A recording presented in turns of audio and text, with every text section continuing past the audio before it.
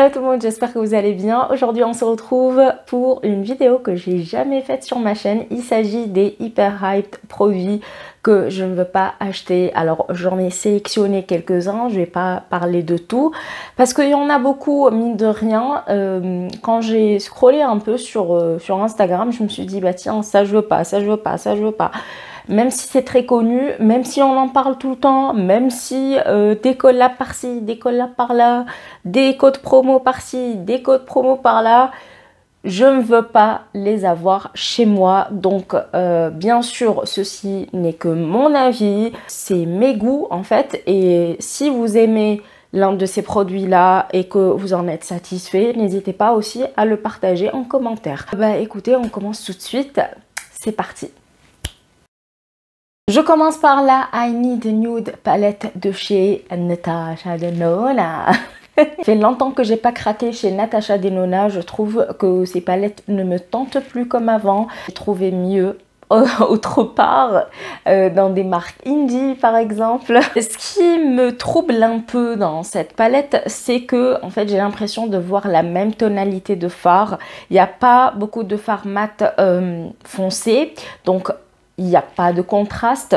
Je la trouve très froide à mon goût parce que j'aime quand il y a un mélange de froid et de chaud, surtout quand il s'agit de neutre. Ensuite, le faux filter correcteur de chez Huda Beauty. Alors lui, je trouve qu'il est plus adapté pour les personnes qui ont beaucoup de cernes, ce qui n'est pas mon cas. Par exemple, je pourrais très bien le prendre pour ma soeur parce qu'elle est hyper cernée et tout le temps. C'est dingue, même si elle dort 10 heures par jour, elle a quand même des cernes. Donc je ne ressens pas le besoin de l'utiliser ni de l'acheter juste pour dire voilà je le teste, alors que je ne suis pas le bon cobaye pour ça. Chez Fenty Beauty, les Icon Velvet Liquid Lipstick qui sont sortis il y a quelques mois je crois. En tout cas ça a fait un buzz, mais un buzz, oh là là là là. On dirait que c'est la première marque qui sort ce type de rouge à lèvres, alors que moi j'en ai dans ma collection qui sont de Kaleidos et qui sont beaucoup moins chers et en plus extraordinaires. Genre ils tiennent du feu de Dieu, l'opacité est là, la pigmentation, les couleurs sont magnifiques et à part le prix, je trouve que chez Fenty Beauty, il n'y a pas beaucoup de choix. Pour ma part, les teintes qu'elle a sorties ne me font rien, ne m'intéressent pas. Non, c'est pas la peine de les prendre. Retournons chez Natasha Denona. La Yucca palette a fait un buzz, mais un buzz. Tout le monde voulait cette palette. On dirait qu'elle était l'attendue. C'est une palette de vert et de doré. Moi qui ai déjà la gold, plus quelques autres palettes qui ont du vert et du kaki et tout, c'est pas une sortie qui me tente beaucoup parce que je les ai et j'apprécie vraiment ce que j'ai. Donc voilà. Chez ABH. Pourquoi j'ai dit ABH? Anastasia Beverly Hills, la Fall Romance palette. Cette palette, quand elle est sortie, tout le monde la voulait. Genre, j'ai vu presque tout Instagram, tout YouTube parler de la Fall Romance. On dirait que la Color Story est nouvelle sur le marché. On dirait qu'on n'a jamais vu ces fards-là, alors que ça existe. Hein, c'est pas original. Et en plus, d'après ce qu'on dit, la qualité est bof. Si la qualité est bof, moi ça m'intéresse pas. Surtout pour 57 €. Disons-le, c'est un peu cher. 57 €.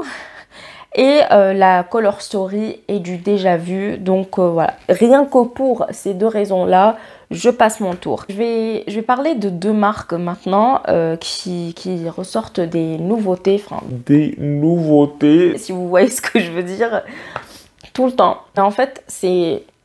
On l'a déjà, on les ressort quand même. Je comprends pas. Bon, bref, c'est Hourglass qui nous ressort d'autres ambient lighting palettes avec d'autres animaux. Alors je sais que Hourglass est une marque engagée auprès des animaux, mais les personnes qui ont déjà l'une de ces palettes n'ont pas besoin d'autres avec les mêmes teintes ou presque. Chaque année, ça fait beaucoup là. Ça, non, à un moment donné, il faut savoir s'arrêter aussi. Pour moi, le mieux, c'est de sortir une nouvelle formulation, de proposer un nouveau produit qui n'a jamais été fait dans la marque, avec un nouveau packaging et tout. Ça, c'est une vraie sortie. Et s'ils veulent donner de l'argent à une association, c'est un plus. Mais pour moi, sortir les mêmes palettes chaque année, non merci. Passons à Dior. Les lip oil, tout le monde les a, sauf 2-3 personnes de mon entourage. Mais elles ont quoi ces huiles-là? Est-ce qu'on parle du prix? S'il vous plaît, le prix de l'huile. Moi, je ne mettrai jamais le prix dans une huile à lèvres, comme ça, d'un coup, juste parce que c'est Dior. Non, non, non, non, non merci. Je suis déjà satisfaite de celle que j'ai de chez Clarins et j'en ai une autre de chez Shiglam. Au moins, c'est beaucoup moins cher et ça fait tout aussi l'affaire. Il faut arrêter de faire le buzz sur un produit qui est aussi simple que ça. Enfin, on est d'accord, ça va pas changer les lèvres du jour au lendemain. Surtout à ce prix-là. Elle a intérêt à changer un peu mes lèvres. Alors, là, on va parler de cheveux. Plus précisément de Dyson. Dyson est une marque qui est très chère. Là, ils sortent un bundle, un sèche-cheveux avec un styler, un boucleur.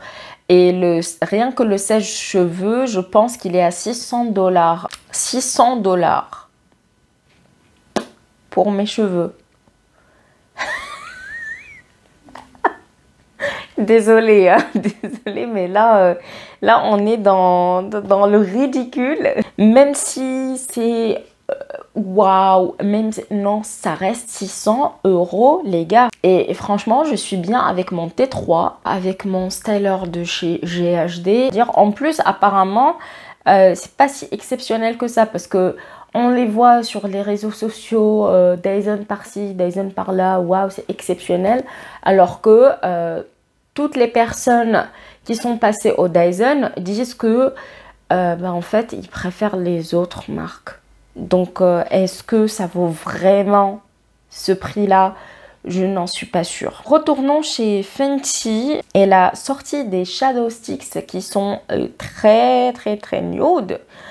Et forcément, c'est pas pour moi. C'est pas le genre de produit que j'utilise au quotidien. Même quand je suis pressée, je préfère prendre une palette. Je préfère aussi avoir des couleurs plus intenses, même si aujourd'hui, je me suis pas maquillée en couleur parce que j'étais un peu à la bourre. Quand je passe par une période nude, je travaille quand même un minimum mes yeux. J'utilise vraiment pas de fard crème sauf en été.